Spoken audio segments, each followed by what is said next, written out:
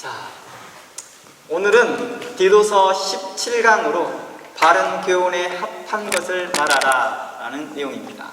바른 교훈에 합한 것을 말하라. 디도서 2장 1절에 대한 내용이거든요. 디도서 2장 1절 말씀에 오직 너는 바른 교훈에 합한 것을 말하라 라고 말합니다. 디도서 2장 1절은요 1장과 연결되어 있는 내용입니다. 1장 1절과 연결될 내용, 1장 1절의 마지막 절과 연결되어 있는 내용이죠. 그래서 디도서 1장 마지막 절에 이렇게 말하죠. 1장 13절부터 보면 그들에게 이렇게 말하죠. 엄히 꾸짖으라. 13절 말씀에 어떤 자들에게 대해서 엄히 꾸짖으라 에 대해 이어서 그들 교회 안에서 바른 교훈을 전하며 성도들에게 바른 교훈을 인도하며 라고 말합니다. 그러면서 15절까지 가봅니다.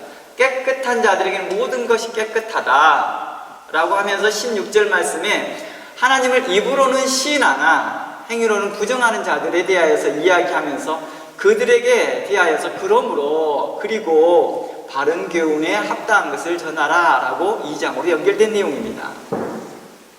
그러니까 바른 교훈에 합당한 것을 말하라 라는 것은 13절 말씀에 1장 13절 말씀에 엄히 꾸짖으라 라는 것에 이어서 된 말이라는 겁니다. 그들을 그 진리 안에 거할 수 있도록 그들을 가르치고 교훈하고 그들에게 책망하라 라는 뜻이었습니다. 이는 거짓 교사들의 교훈에 대항하여 바른 교훈을 전하라는 명령이기도 합니다. 왜냐하면 지금 계속 1장은 어떤 거짓 교훈에 대한, 특히 할례당 같은 그런 교훈에 대해서 이야기를 했잖아요. 그들을 지적하고 그들을 책망하고 그리고 그들의 대표적인 특징들이 어떤 것이냐, 입으로는 하나님을 잘 시인하더라는 거예요. 전통적으로 교리적으로 잘 설명하는데 말하는데 문제는 삶이 없다라는 것입니다. 성도의 그 삶이 없는 자들에 대해서 책망하라라는 것이었습니다. 이에 대하여 복음의 분명한 입장을 취하라는 것이죠. 복음의 입장은 무엇이냐? 지식에 있지 않다라는 것입니다. 우리의 삶과 연결되어 있는 것을 이야기하고 있는 것이죠. 애매한 선에서 말하지 말고 분명한 어조로 할례당과 니골라당과 영지주의자들의 교훈을 정면으로 반박하고 분명한 그리스도의 복음과 하나님의 뜻과 성도로서의 합당한 삶, 곧 성도로서의 성령의 열매를 맺을 수 있도록 그들을 교훈하고 책망하고 의로 교육하라는 것입니다. 뭐 하도록이요? 성령의 열매를 맺도록이요. 이것을 저희가 자주 사용하는 말이 성도의 합당한 삶을 살 수 있도록 이라고 표현했던 것이죠. 그동안 거짓 교사들은요 구원론과 성도의 삶, 곧 성화가 외적인 경건의 표식을 내는 것, 곧 할례를 비롯하여 율법을 따라 날과 달과 절기를 지키는 것이나 또는 이윤론적인 그 구원론을 가르쳐 사람들에게 물질 세계를 무시하게 했습니다. 그러니까 보여지는 우리 육신의 삶을 무시하게 했습니다. 그리고 오직 영적인 그 어떤 깨달음, 그래서 뭔가를 알고 있는 그런 지혜, 이것으로만이 구원에 이른다라고 생각했던 것이죠. 그러다 보니까 자신들의 그 교리나 이런 것들은 굉장히 체계적이고 지식적이었던 것 같습니다. 그리고 어떤 사람들은 지나친 금욕주의와 신비주의에 빠진 자들도 있었습니다. 그 대표적인 사람들이 니골라당이라고 표현했습니다. 이러한 자들에 대해서 엄중히 꾸짖으라 라고 말합니다. 실상 교회 안에서요 하는 교묘가 한 40-50명 정도만 되더라도요 이런 모습이 교회 안에 있습니다. 분명코 복음은, 말씀은 한 목사님에게 선포되고 있는데 성도들은 다양한 형태를 가지고 있더라는 거예요. 알게 모르게 니골라당의 교훈에 빠져있는 자들도 있고 어떤 자들은 영지주의자적 교훈에 빠져있는 자들도 있고 그렇다는 것입니다. 이게 아마 믿음의 정도에 따라서 그런 잠시의 그런 현상이 나타날 수 있을 줄은 있다면 다행인데 이게 만약에 지속 반복되고 있다면 문제가 좀 있는 거죠. 왜 이런 현상이 나타나냐 했더니 제가 경험한 것으로 보기에는 성도님들이 많은 교회들을 돌아다니면서 다양하게 교훈을 받다가 오다 보니까 그런 현상이 벌어진 것 같아요. 그러니까 어느 교회에 가서 좀 신비주의적인 그 신앙에 빠져있던 분이 장로교회로 오거나 침례교회로 왔거나 아니면 오순절교회로 왔든지 어느 교회로 왔어요. 왔으면 그 교회에서 빨리 새롭게 바른 교훈에 정착을 해야 되는데 그 교훈에 정착하지 못하고 자신의 옛 모습을 그대로 유지하고 있다는 것이죠.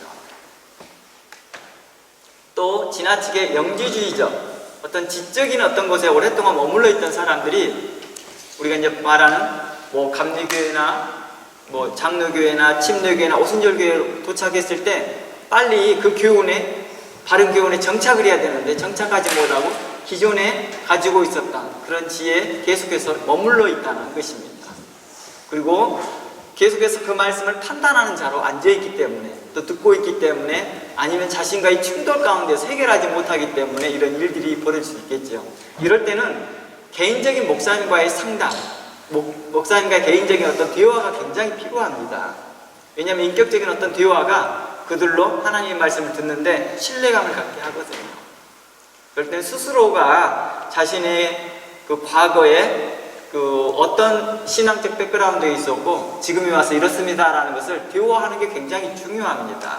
그래야 해서 먼저 인격적으로 서로 그 부분에 대해서 오픈되어지고 그 말씀이 과연 그러한가 하여 연구하고 살펴볼 수 있는 그런 신사적인 태도가 있어야지 바로 영적으로 성장하고 성숙해 나간다는 것입니다. 안 그러면 계속 자신의 세계에 빠져서 저 말씀 맞아, 저 말씀 틀려, 저 어쩌고 자신의 자로 계속해서 지다 보면 결국에는 지난주에 2주를 거쳐서 이야기했던 것, 성경을 대하는 그 태도에 그 오류에 빠지더라는 것입니다. 자기의 생각에 빠져서 자신의 생각으로 잘못된 성경 해석 하듯이 잘못된 말씀을 이해하더라는 것입니다.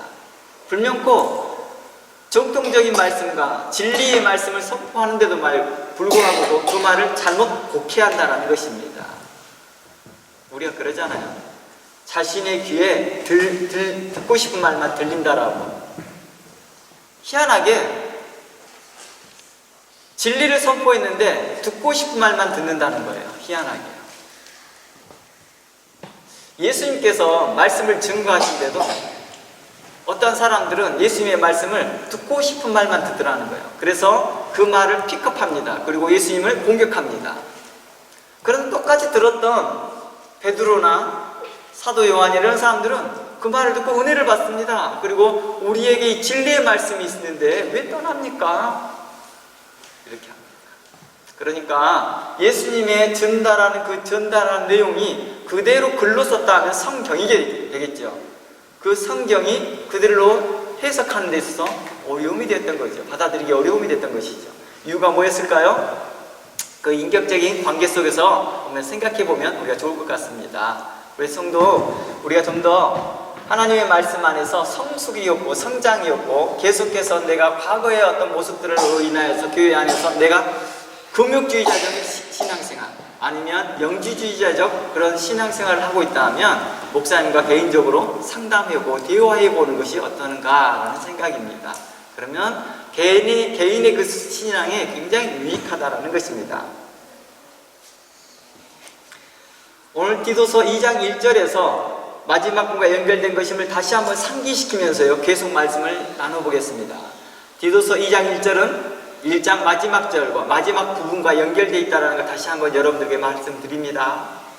바른 교훈에 합당한 것을 말해야 될 대상은 모든 성도들이지만 1장 16절과 연결을 시켜보면 어떤 사람이었습니까? 입으로는 하나님을 시인하나 행위로는 부인하는 자들이라는 것입니다. 문맥상 그렇죠. 연결을 해야 되니까요. 1장 마지막 절과 2장 1절이 연결되어진다면 당연히 입술로는 하나님을 시인하나 행위로는 부인하는 자들에게 대하여 뭘 하라? 바른 교훈에 합당한 것을 말하라 라고 하였다는 것입니다. 그러니까 지금 현재 바른 교훈에 합당한 것을 말하라 라고 하는 그 대상, 곧 목적격 이 분명하지 않으면 이것은 성경 해석을 어떻게 할 수 있어요? 임의적으로 해석하겠죠.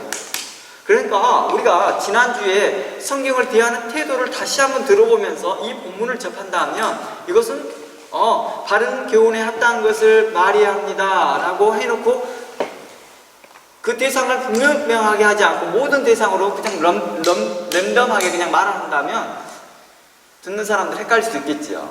그러니까 헷갈린다는 게 아니라 명확하지 않을 수 있겠지요. 그걸 누구를 대상하고 있는지요. 디도서는 분명하게 대상하고 있습니다. 입술로 하나님을 시인하나 행위로 부인하는 자들을 대상하고 있다는 것입니다. 물론 디도에 있는 그레데에 있는 그 교회에 있는 모든 성도들을 포함하여서 특별히 입으로는 하나님을 시인하나 행위로는 부인한 자들이었다는 것입니다.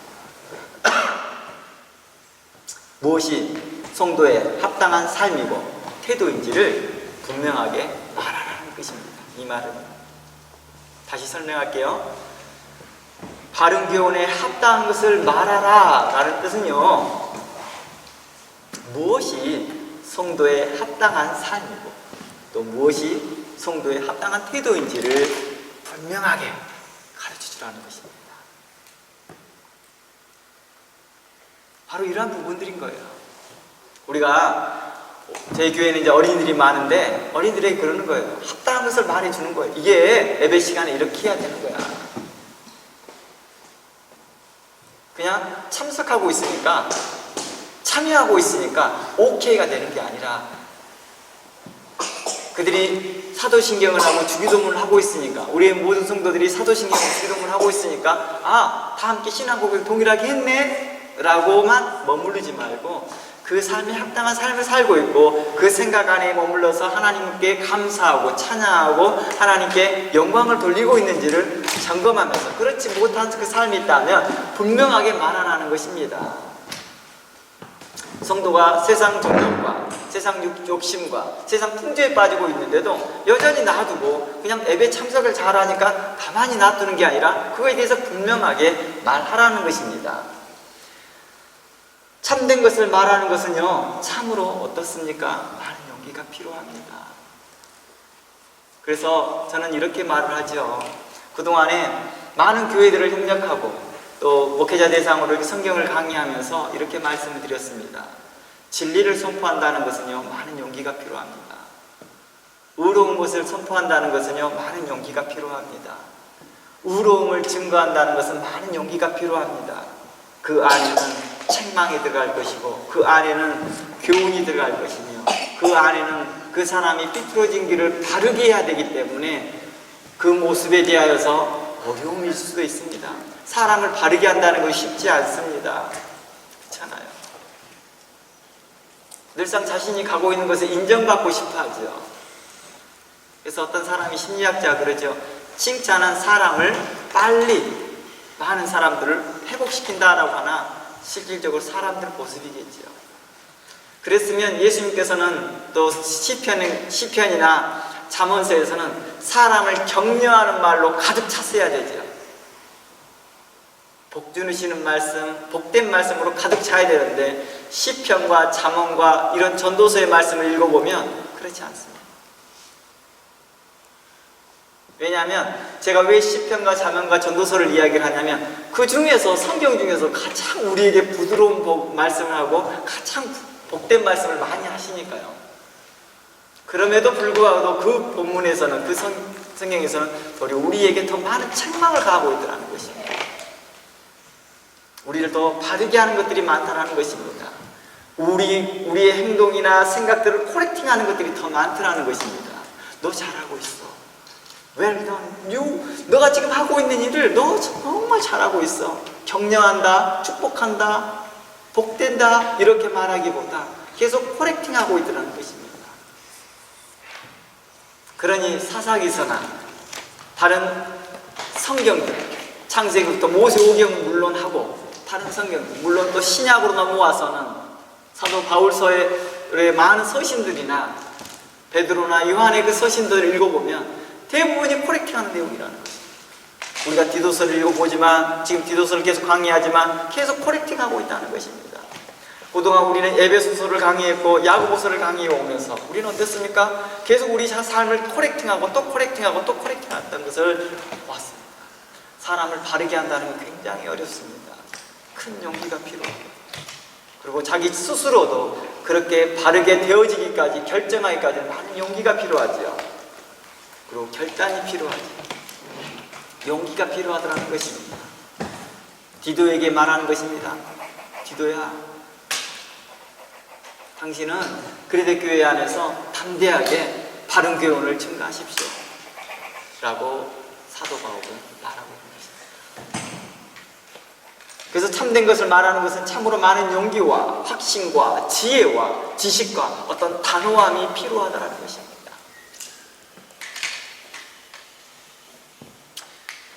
오래전에 저희 어머니께서 뉴질랜드에 마지막으로 방문을 하시면서 제가 썼던 글들을 읽어보시고 제가 증거했던 말씀들을 들어보시면서 이러더라고요. 기행아, 내가 너의 글을 읽고 너의 설교를 들어봤는데 성도들은 많이 안 오게 생겼더라 라고 말을. 그래서 제가 그랬죠. 무슨 말이에요 어머니? 그랬더니 그 말이 날카롭고 사람들을 코렉팅하고 유익한 말씀인 것 같더라. 그러나 사람들이 많이 들을까? 이렇게 하시는 거예요. 그래도 너가 계속 이 일을 포기하지 않았으면 좋겠다. 너가 이 일을 계속했으면 좋겠다라고. 저는 이 부분을 듣고 다른 목사님들에게도 이런 말들을, 비슷한 말들을 들었습니다. 들으면서 많은 격려가 됐습니다. 그렇다고 해서 나만 복음을 증거하고 진리를 증거한다는 뜻은 아니었습니다. 지금도 각처에서 의로운 복음과 말씀을 증거하시는 목사님들이 많이 있습니다. 그들이 목숨을 내놓고 그들의 삶을 다하여서 바른 복음을 증거하시는 목사님들이 계십니다. 그래서 많은 성도들을 감동을 주고 감화를 주고 그들의 삶을 변화시키는 교회들이 많이 있습니다. 지금 현재 이 뉴질랜드 안에, 오클랜드 안에 있는 교회들도 그러한 교회들이 있습니다.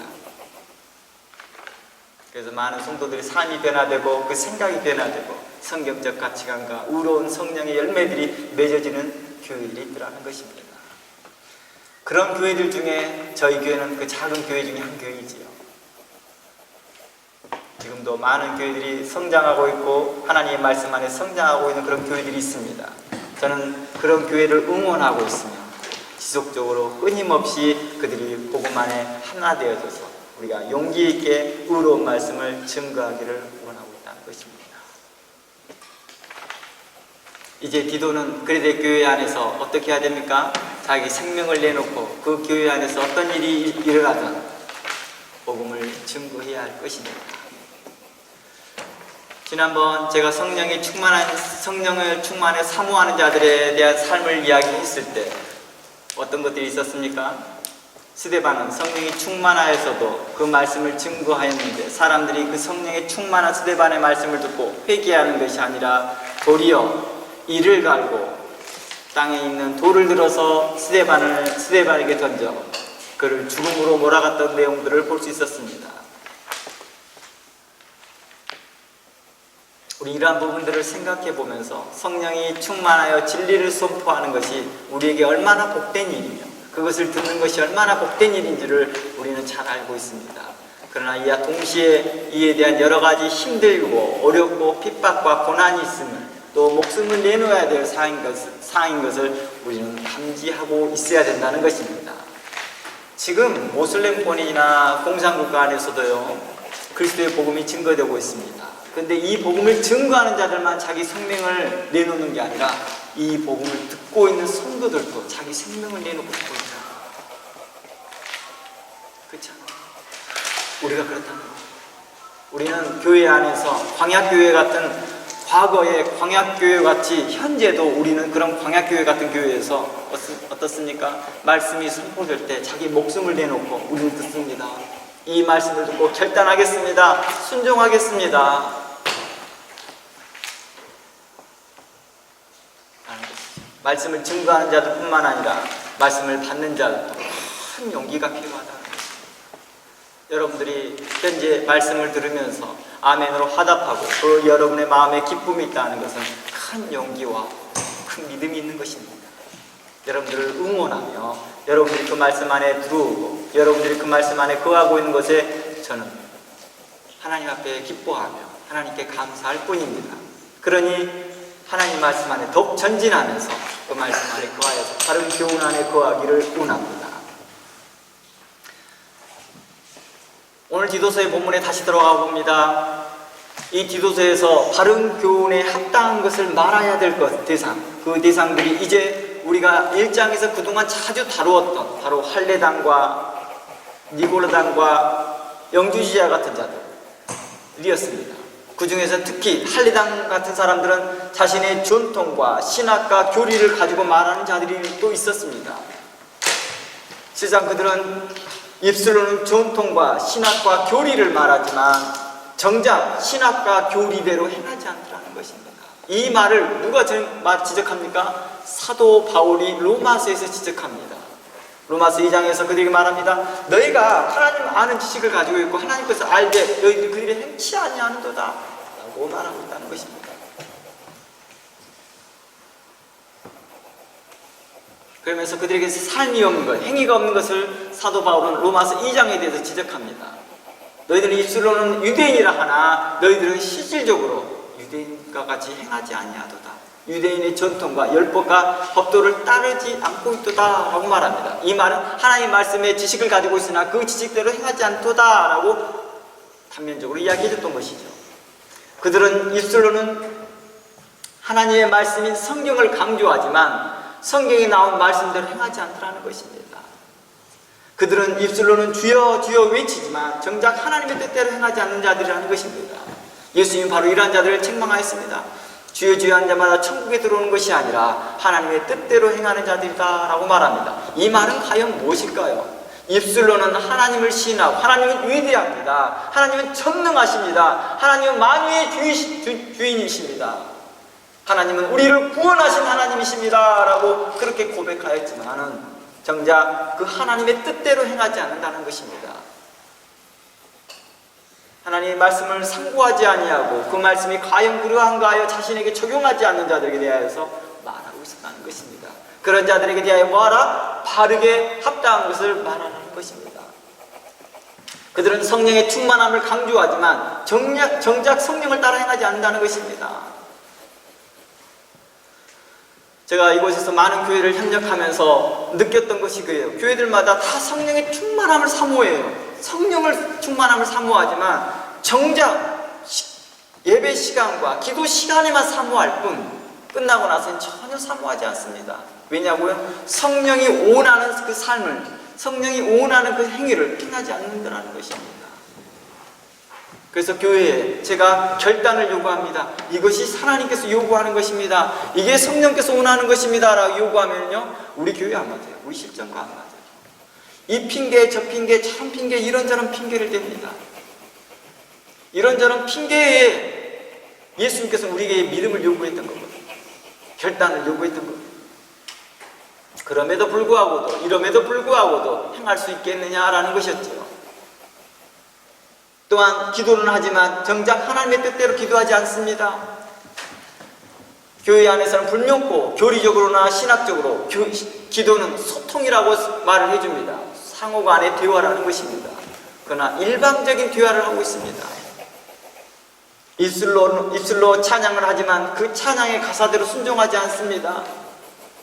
훌륭한 찬양을 부르고 훌륭하게 찬양을 인도해가고 훌륭하게 그 찬양의 가사를 선정하여 함께 부르고 있지만 그것은 우리의 마음을 흥얼거리게 하고자 하는 목적에 만족하고 마주라는 것입니다.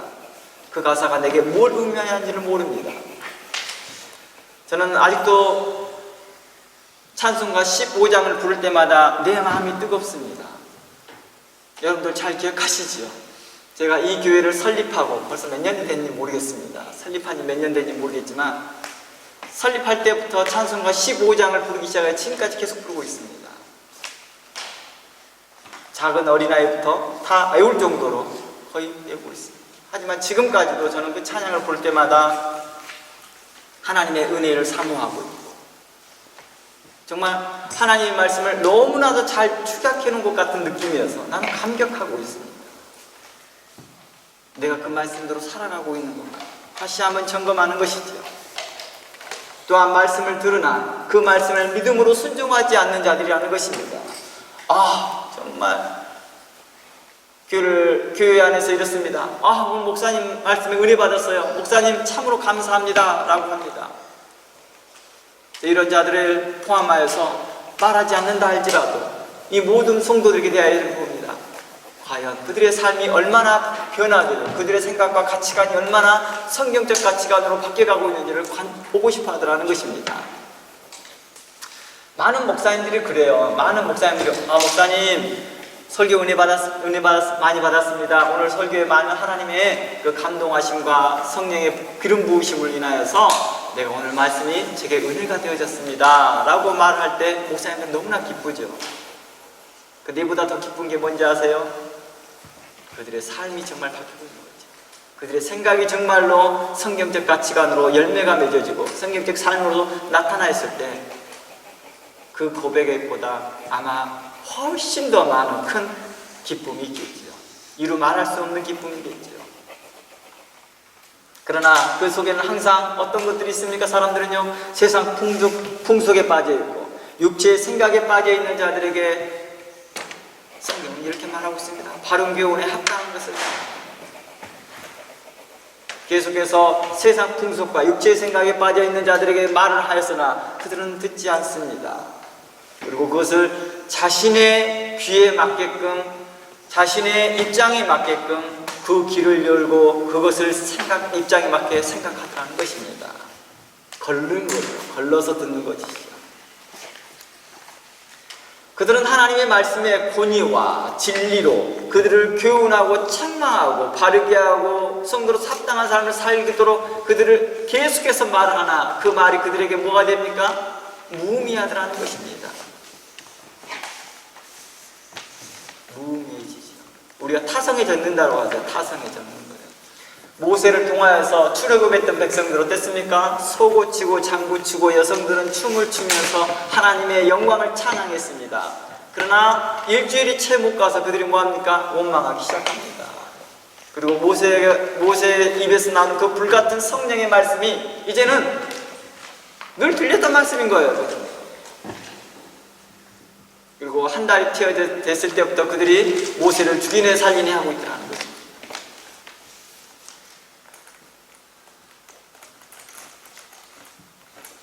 우리는 이러한 부분들을 보면서 이제 사도 바울은 디도에게 뭘 요구했는지를 볼까요?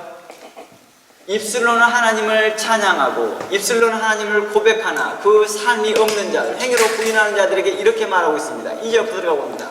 성도로서 합당한 삶이 무엇인지 보이라고 말하는 것입니다. 이렇게 그들을 코렉팅해라. 그들을 이러한 방식으로 그들을 바르게 해라. 책망하라 하는 뜻이었습니다. 2절부터 봅니다. 늙은 남자로는 절제케 하라. 늙은 남자들로는 절제케 하라. 경건하게 하라. 근신하게 하고 믿음과 사랑과 인내함과 온전하게 해라 라고 말합니다. 온전케 해라. 이 말이 뭐예요? 이곳에서 말하는 늙은 남자에 대해서 어떤 신학자들은 장로들이 아니냐, 교회 장로들이 아니냐라고 하는데 대부분의 복음주의 신학자들이 설명하고자 하는 이 부분은 늙은 남자는 실질적인 늙은 남자들을 이야기합니다. 교회 안에서 연세 드신 분들, 교회 안에 연로하신 분들, 그런 분들에 대해서 신앙생활을 하지만 절제하지 못합니다. 경건하지 못합니다. 근신하지 못합니다. 제가 신학교에 갔는데 신학교 1학년 때였어요. 제가 가장 1학년 때인가 1학년 때인지 모르는데 가장 화가 났던 게 그거였거든요. 교수님이 그런 말을 하더라고요. 불덩어리로 들어왔다가 숯덩어리로 나간다는 말이에요. 그 말이 뭔 말인가 하고 했더니 교수님이 이제 그렇게 설명하더라고요. 신학교 1학년 때 들어올 때는 불덩어리처럼 막 하나님께 열심을 갖고 순종하고 결단하고 그런 용기들이 다 있는데 이제 신대원쯤 가거나 그러면 이제부터는 숯덩어리가 돼 있더라. 그 불덩어리가 다 타고 나면 소진되어져서 냉랭하게 있더라는 것이죠. 근데 우연치 않게 다 그러진 않았겠죠. 다 그러진 않겠죠. 아는데 어떤 신학생이 그러는 거예요. 어떤 신학생이 제가 우연치 않게 이제 신학교 2학년 때 야간반을 한번 갔는데 거기에 신대원 수업이 있었어요. 신대원 들었는데 그때 당시는 하나님을 당신이라고 표현하지 않았습니다. 요즘은 이제 서구적인 영향을 많이 받아서 하나님을 당신이라고 기도를 많이 해요. 당신이라고요. 저희 때만 당신이라는 말을 쓰지 않고 꼭 하나님이라는 단어를 썼어야 됩니다.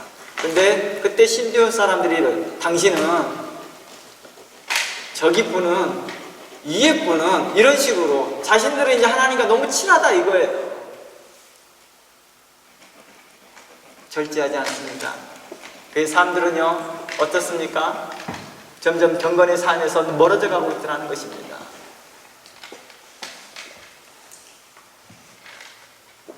3절에서 어떻습니까? 늙은 여자로는 이와 같이 행실이 거룩하며 참소하지 말며, 이 참소라는 게 이게 뭡니까? 수군대는 것과 똑같은 거예요. 비방하는 것과 똑같은 것입니다. 사람들을 중상모략, 모함하는 거죠. 사람들을 모함시키는 거죠. 많은 술에 종이 되지 말며 선한 것을 가르치는 자들이 되라고 말합니다. 어때요? 뭘 가르치라고요? 선한 것을 가르칠 수 있어야 된대요. 그래서요 4절 한번 가볼게요. 그 늙은 여자로서 라고 하는데, 연세 드신 분이라 할게요. 제가 이게 통합해 볼게요. 남자와 여자를 통합해 볼게요. 연세 드신 분들로 젊은 여자들을 교훈하게 하되 라고 말합니다. 젊은 여자들을 교훈하는 사람이 누구예요? 남자예요? 아닙니다. 연세 드신 여성 성도분들이 젊은 성도들을 뭐예요? 교훈해야 됩니다. 그 남편과 자녀를 사랑하게 하라는 것입니다.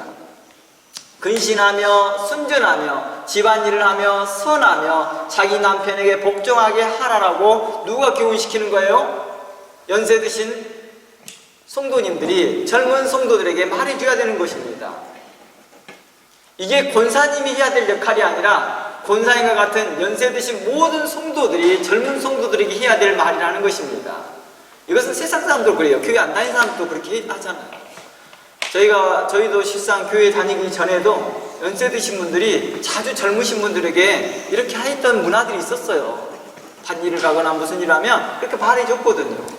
우리나라의 과거의 영화들이나 드라마를 보더라도 이런 모습이 너무 내추럴했어요. 그런데 어떻습니까? 차츰차츰 교회 안에서는요, 오늘날 이런 말 들으면요 기분 상해합니다. 또 그런 말 씁니다. 꼰대. 자신의 행동은 살펴보지 않고 어른들이 하는 말들에 대해서 대적감을 갖습니다. 시대에 못 따라오는, 정세에 못 따라오는 말이라고 그를 도리어 반박합니다.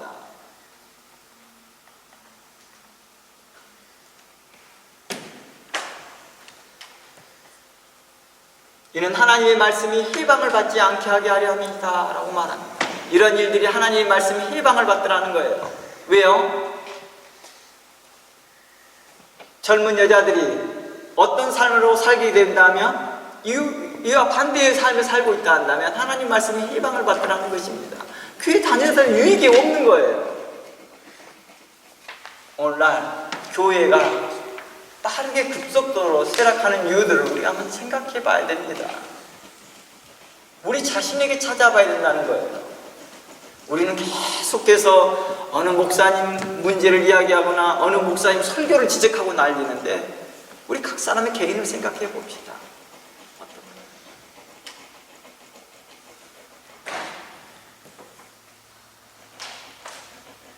과거에 우리 부모님 시대 때 목사님들은요 정상적으로 신학교를 많이 못 나오신 분들이 많았어요. 우리가 요즘과 같은 좋은 신학교를 나오지 못하시는 분들이 많았어요. 성경학교, 성경 고등학교를 나와서 교회를 섬기고 교회에서 전도사, 목사가 되신 분들이 많았거든요. 깊은 신학적 지식이 없었다 할지라도 성도들에게 복음을 말하고 그리스도 예수의 말씀을 증거했을 때 그들의 삶이 변화됐거든요. 그거에 복종하였고 순종했거든요. 근데 오늘날 귀한 신학을, 깊이 있는 신학을 하고 말씀을 깊이 있게 연구하고 가르쳐도 그들이 변화되지 않는 이유가 뭘까요? 그러면서 계속해서 목사님 탓합니다. 무엇이 어쩌고 저쩌고 목사님이 어쩌고 저쩌고 이야기합니다. 자세히 살펴보세요. 우리 성도들의 마음은 과연 합당했는가?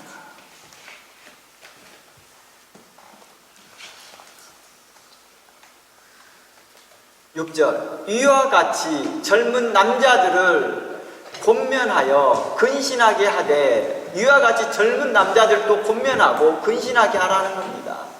범사에 내 자신으로 선한 일에 본을 보여 교훈에 부패치 아니함과 경건함과 책망할 것이 없는 바른 말을 하게 하라라고 말합니다. 이 일을 그러니까 연세 드신 여성분이 하기보다는 연세 드신 남성분이 하려도 생각은 없겠죠. 이 일을 서로, 그러니까 제가 하는 말이 이렇게 말하고 싶습니다. 늙은 남자, 늙은 여자를 교회 어르신들이라고 표현해 볼게요. 장로급과 같은 사람들이겠죠, 다. 그리고 꼭 장로의 타이틀이 없다 할지라도 연세가 드신 분이란다면 젊은 여자들, 젊은 남자들을 대상으로, 그분들이 집사를 할지라도 그에 대해서 이렇게 하라는 것입니다.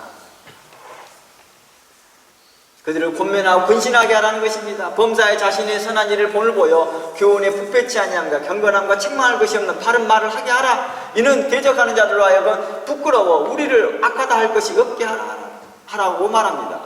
그런데 우리는 다 뭐합니까? 목사님만 쳐다보고 있어요. 목사님만 쳐다봐도 다행이죠. 목사님이 쳐다보고 있으니까 목사님을 바르게 하고 책망해도 그걸 또 안 들으니까요.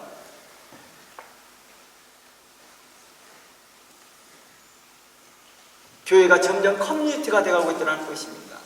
하나님 중심으로, 예수 그리스도의 중심으로 모이는 게 아니라, 예수님 때문에 모이는 게 아니라, 하나님을 경외하는 마음으로 모이는 게 아니라, 하나님의 뜻을 알고 싶어서, 배우고 싶어서, 경외하는 법을 배우고 싶어서 모이는 게 아니라 그냥 커뮤니티가 되고 있다는 것입니다.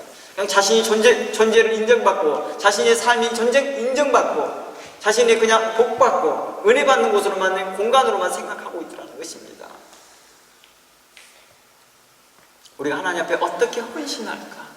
내가 예수 그리스도에게 어떻게 헌신할까?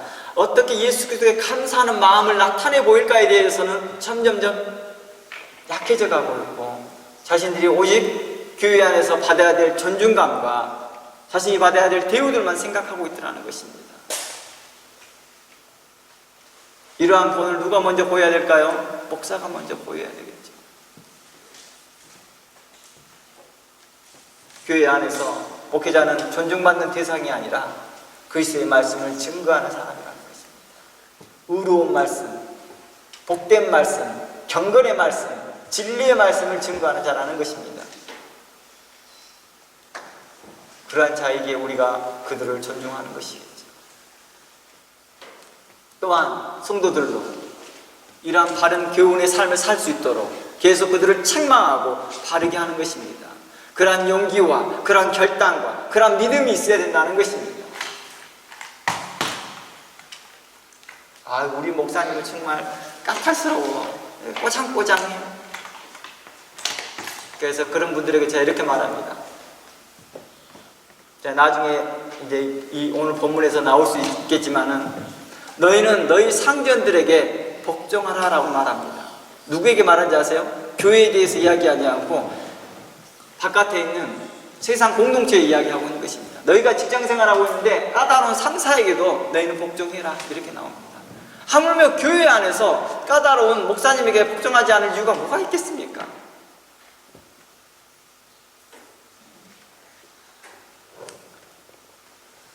디도서의 맥락과 같은 부분이 에베소 5장에 나옵니다. 에베소 5장 18절 한번 가봅니다.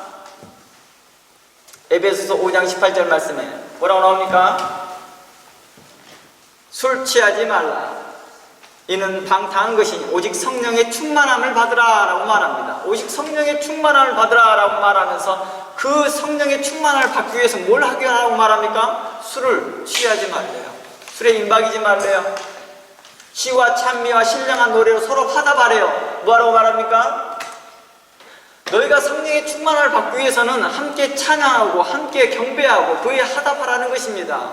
예배 인도자가 이 찬양으로 열심히 예배하고 인도하고 있는데 입 쭉 다물고 있고 아무것도 부르지 않고 너는 잘 부르는지 한번 감상하고 있습니다.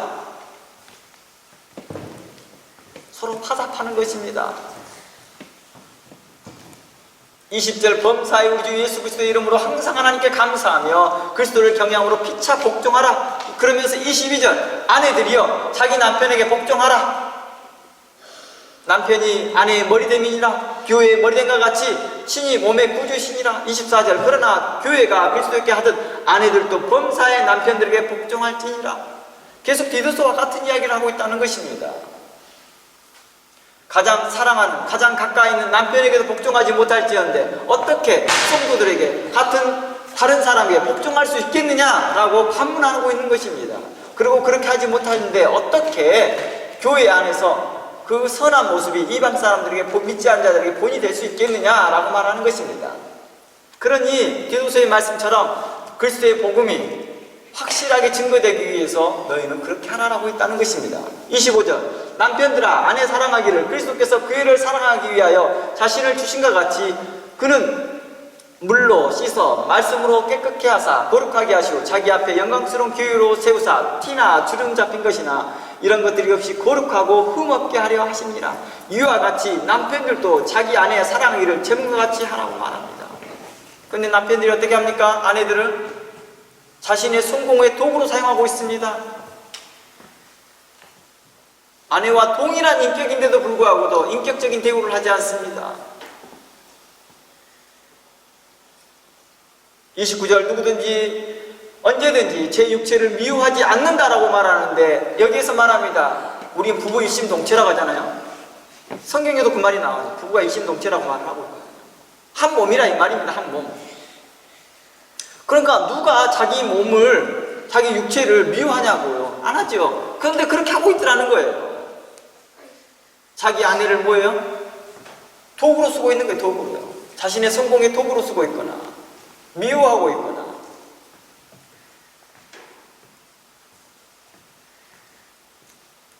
그래서 이렇게 말합니다. 오직 양육하여 보호하기를 그리스도께서 교회를 보양한 것 같이 하라. 뭐라고 말했습니까? 놀라운 말이 이곳에 나와 있어요. 남편들이 말하기를 그리스도께서 교회를 보양함과 같이, 보양이라는 것은 무슨 뜻이에요? 양육함과 같이, 세움과 같이. 남편은 그리스도의 말씀 안에서 단호하게 아내에게 뭘 말해줘야 되는 거예요? 그리스도의 복음으로 그를 양육시키라는 거예요. 세우라는 것입니다. 우리는 그의 몸의 지체니라. 이러므로 사람이 부모를 떠나 아내와 합하여 그들이 한 육체가 되지니라. 이 말이 부부 일심동체라는 뜻이잖아요. 33절 너희도 각각 자기 아내 사랑하기를 자기같이 하고 아내도 그 남편을 경외하라 라고 말하고 있다는 것입니다. 남편을 경외하라는 것은 뭐예요? 남편이 복 그리스도의 말씀으로, 하나님의 말씀으로 그를 양육하고 있을 때 그걸 경외하는 것입니다. 그리고 남편은 자기 아내를 사랑할 때 어떤 모습으로 합니까? 그리스도의 교훈으로 하는 것입니다. 인격으로 대한다는 것입니다. 그리스도께서 자신을 사랑해 주신 것 같이 자신을 긍휼히 여기고 자신이 죄 가운데 있었으면서 사랑해 주시고 포기하지 아니하셨던 그 예수 그리스도의 은혜와 같이 자신의 아내를 끝까지 사랑하라는 것입니다. 6장 1절 그러면서 자녀들아 너희 부모를 주 안에서 순종하게 하라. 이것이 옳으니라. 내 아버지와 어머니를 공경하게 하라. 이것이 약속의 첫 계명이라. 이것이 잘되고 땅에서 장수하니라. 이것을 뭐 하라는 거예요? 교회에서 성도들에게 말하라는 것입니다. 교회 안에서 성도들이 자녀들이 모였는데 그 자녀가 부모에게 대적하는 모습들이 자주 보이는데 한 교회에 앉아서 함께 예배드리고 있어요. 근데 목사님이 이걸 모른 척하고 있어요. 집안일이니까. 그러면 안 되죠. 부모님이 와서 상담을 하겠습니다. 우리 자녀가 이런 문제가 있습니다. 그러니까 목사님이 지혜를 짜고 용기를 내어서 그리고 이걸 선하고 의로운 마음으로 뭘 해야 됩니까? 그 자녀에 대해서 어떻게 그를 선한 발걸음으로 길로 인도해야 할 것인지를 부모와 상의하고 논의해서 그 자녀가 의로운 길로 갈 수 있도록 책망해 줘야 되지 않겠습니까? 그리고 그 부모는 이 일에 적극적으로 자신의 자녀가 부모에 순종하고 공경할 수 있도록 이 일에 목사님과 주변 어른들과 함께 상담을 해봐야 한다는 것입니다.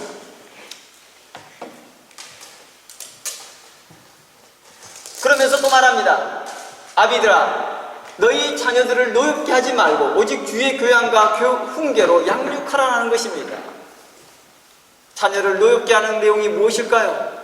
그동안에 우리가 보았지만 이러한 부분들이 많은 부분들이 나타납니다. 아이들을 정서적 학대를 통해서 뿐만 아니라 아이들에서 강압적인 고압적인 태도이기도 하겠죠. 또한 이러한 것이 더 나아가 복음으로 이야기한다면 하나님의 말씀으로 그를 교훈하지 않냐고 책망하지 않고 교훈하지 않는 것입니다.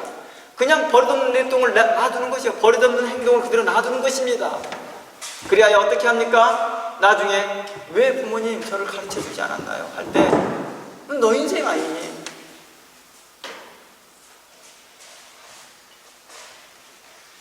라고 말하는 것은 그 자녀를 노엽게 하는 모습과 같은 것이죠. 5절 종들아 두려워하고 떨며 성실한 마음으로 육체의 상전에게 순종하기를 그리스도께 하듯 하라라는 것입니다. 그리스도인으로서 자신의 상전들에게 복종하는 것입니다. 나는 그리스도인이야 라고 하면서 나는 목사님에게만 순종하면 돼, 나는 하나님께만 순종하면 돼, 나는 예수님께 순종하면 돼 라고 하면서 자기 직장 상사에 대해서 불의하게 행동하는 것에 대해서 하나님께서 옳지 못하다고 말합니다. 이런 자들에 대해서 바른 교훈을 하라고 말합니다. 눈가림만 하여서 사람을 기쁘게 하는 자 되지 말고 그리스도의 종처럼 마음으로 하나님의 뜻을 행하며 단 마음으로 섬기기를 죽게 하듯 하라고 말합니다. 누구를요? 자신의 상사를요. 이는 각 사람이 무슨 선을 행하든지 종이나 자유자나 주에게 그에 받는 줄로 알미니라. 9절 상전들도 저희에게 이와 같이 공갈을 그치라. 공갈 협박이라는 것입니다. 너 안 그러면 회사 잘려요. 다른 데 가서 당신 같은 사람 받아주는 데 없어. 나니까 받아주는 거야. 나니까. 자신을 그렇게 과대 확장시키면서 이렇게 하는 사람, 이걸 공갈을 그치라는 것이죠. 저희와 너희 상전이 하늘에 계시고 그에게는 외모로 사람을 취하는 일이 없는 줄 아니라. 그러니 어떻게 해요? 직원들을 대할 때 그리스도께 대하듯 하라는 것입니다. 디모데전서 6장 가봅니다. 디모데전서에도 동일한 이야기를 합니다. 무릇 멍에 아래 있는 종들은, 디모데전서 6장 1절입니다. 무릇 멍에 아래 있는 종들은 자기 상전들을 범사에 마땅히 공경할 자로 알아. 이는 하나님의 이름과 교훈으로 해방을 받지 않게 하람이라. 믿는 상전이 있는 자들은 그 상전을 형제라고 하여 가볍게 여기지 말고 더 잘 섬겨라. 이는 유익을 받는 자들이 믿는 자여 사랑을 받는 자임이니라. 너는 이것을 가르치고 보나라는 것입니다. 자신의 상사가 믿는 자예요. 그러면 더 성실하게 하라는 것입니다. 그럼 그 유익이 결국에는 너와 동일하게 믿는 자이고 너가 사랑하는 자에게 더 유익이 가지 않겠느냐. 그리스도의 사람들에게 이 말을 하는 거죠. 골로새서 3장을 가봅니다. 골로새서 3장을 가보면 오늘은 제가 브리플리하게 이 내용을 이야기해 보는 것입니다. 이미 이러한 내용들은 제가 라코스라는 동에서 이미 여러분들에게 여러 번 이야기했던 것들입니다. 골로새서 3장 12절입니다. 12절 말씀에 이렇게 말합니다. 그러므로 너희는 하나님의 택하시고 거룩하시고 사랑하신 자처럼 긍휼과 자비와 겸손과 온유와 오래 참음을 옷 입고 라고 말합니다. 이는 하나님의 택하신 성도로서 합당한 삶을 이렇게 살라라고 그들에게 교훈하라는 것입니다.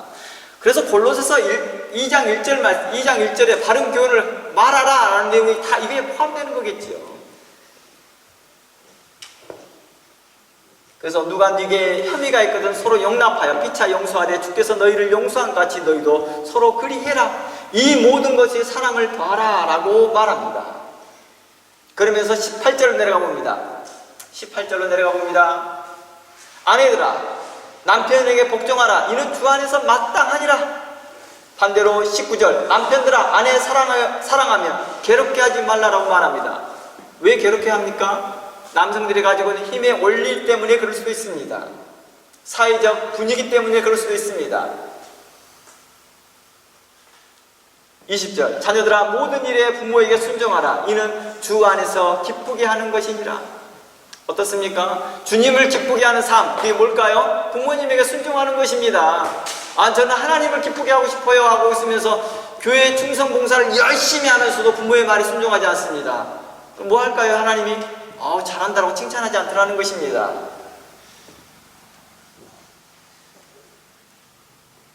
주 안에서 기쁘게 하는 것, 그게 뭐예요? 부모님에게 순종하는 것입니다.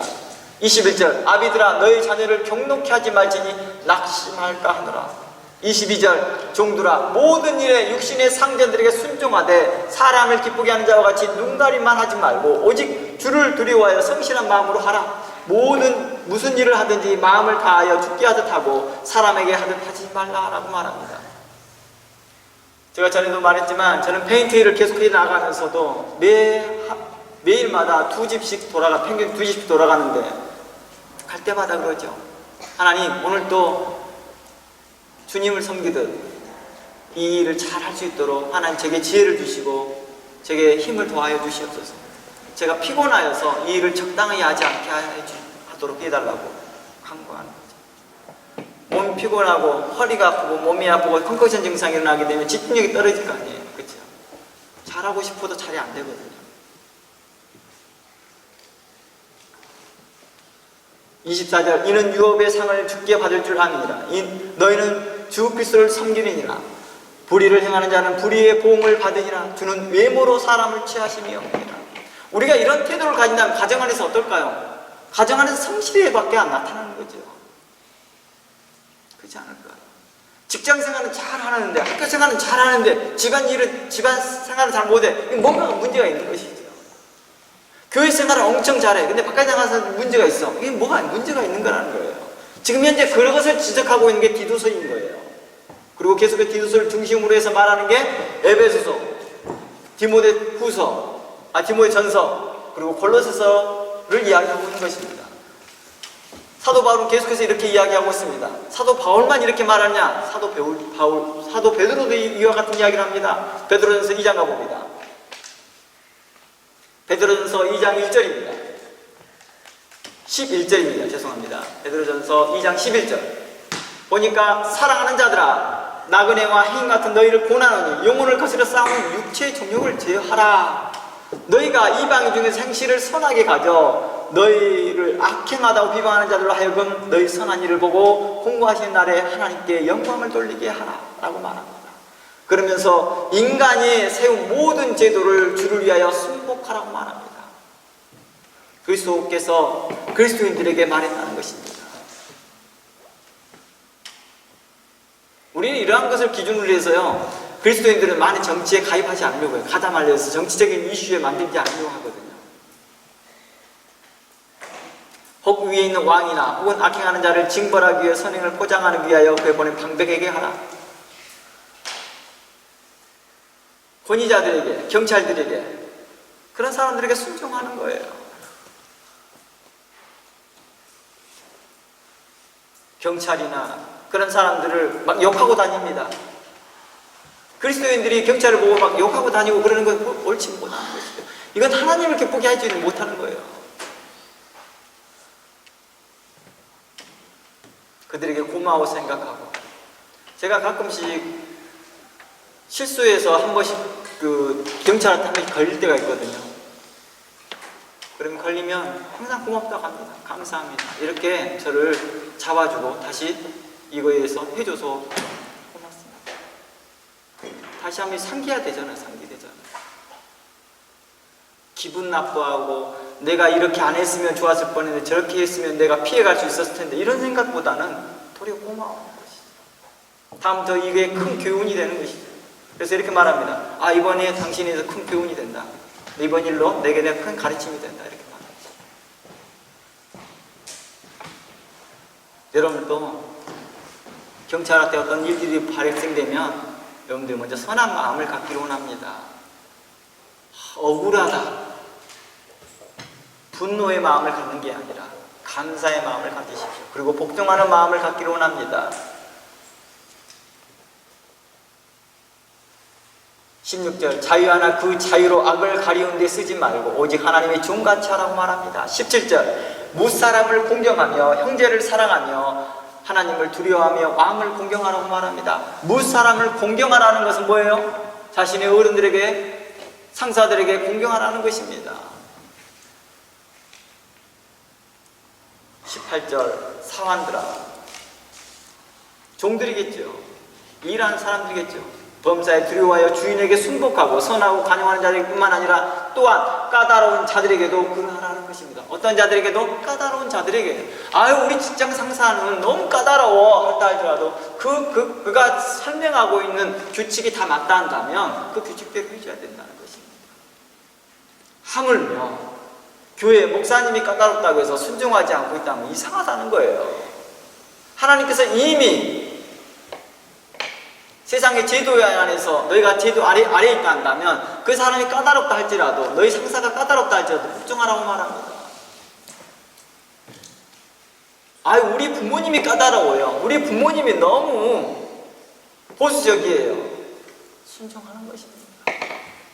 우리 옛사람, 세상 사람도 그러잖아요. 로마에 가면 로마법에 따르라고.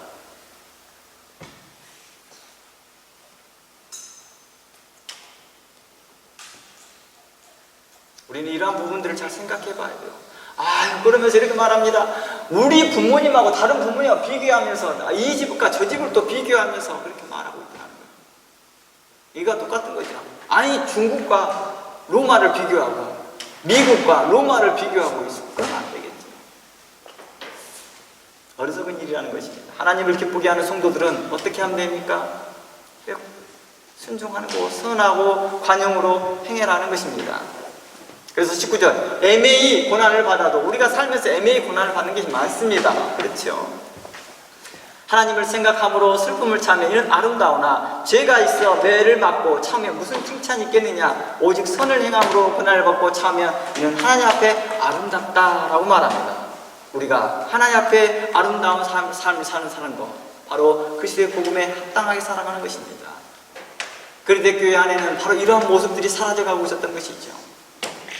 고착되어 있었고, 계속해서 자신들만의 스스로가 영지주의적 생각으로 자신들은 구원받았고, 자신을 안전하다고 생각하고, 자신들은 특별하다고 생각했으나 사도 바울은 그들에게 책망하라고 말합니다. 그들을 바르게 하라고 말합니다. 그리고 가정 안에서부터 이야기합니다. 남편들아, 아내를 사랑해.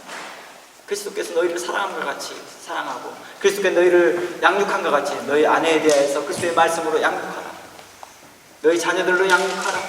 아내들이여, 순종하라. 남편들에게 순종하고 복종하라. 자녀들아, 부모에게 공경하고 선을 행하라. 그리고 밖에 나가서 일할 때 너희 주인들에게 순종하고 눈가림만 하지 말고 아름다운 그리스도의 복음이 아름답게 선전될 수 있도록, 하나님 앞에 아름다운 모습이 나타날 수 있도록 너희들은 그들에게 순종하라. 모든 제도에 순종하며 그 권위에 복종하라고 말했다는 것입니다. 무사람을 공경하라고 말합니다. 우리 주변들 어른들에게 대해 공경하는 마음입니다. 그래서 우리의 생각들을 하나님 앞에 집중시키는 것입니다. 이것이 하나님께서 기뻐하는 거라는 것입니다. 하나님은 우리에게 이걸 요구하고 있다는 것입니다. 하나님은 우리가 선하고 의롭고 정직하게 겸손하고 그러한 성령의 열매가 우리 가운데 맺어지기를 행여 우리가 그렇게 맺지 못한다 할지라도 그 성령의 열매를 사모하면서 우리가 그리스도께서 우리에게 원하시는 그 삶을 살아가고 있다면 나도 모르는 사이, 내가 인식하지도 못한 사이에, 내가 깨닫지도 못한 사이에 내 안에 성령의 열매가 맺어진 걸 알게 돼요. 전에는 수동적으로 내가 이 일을 했는데 이제는 능동적으로 나도 모르게 절제가 되고, 나도 모르는 사이에 의로움이 나타나고, 나도 모르는 사이에 겸손이 나타나고, 나도 모르는 사이에 그를 사랑하는 힘이 내 안에 있음을 발견할 때 하나님을 찬양하게 되더라는 것입니다. 여러분의 삶이 하나님 앞에 그렇게 의로운 열매들이 가득 맺어지기를 주의 이름으로 축원합니다. 다 믿기도 합니다. 하나님,